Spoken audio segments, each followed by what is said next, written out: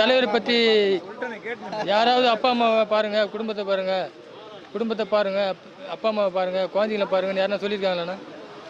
ஒரே ஒருத்தர் தான், எங்கள் தலைவர் மட்டும்தான் சொல்லியிருக்காரு.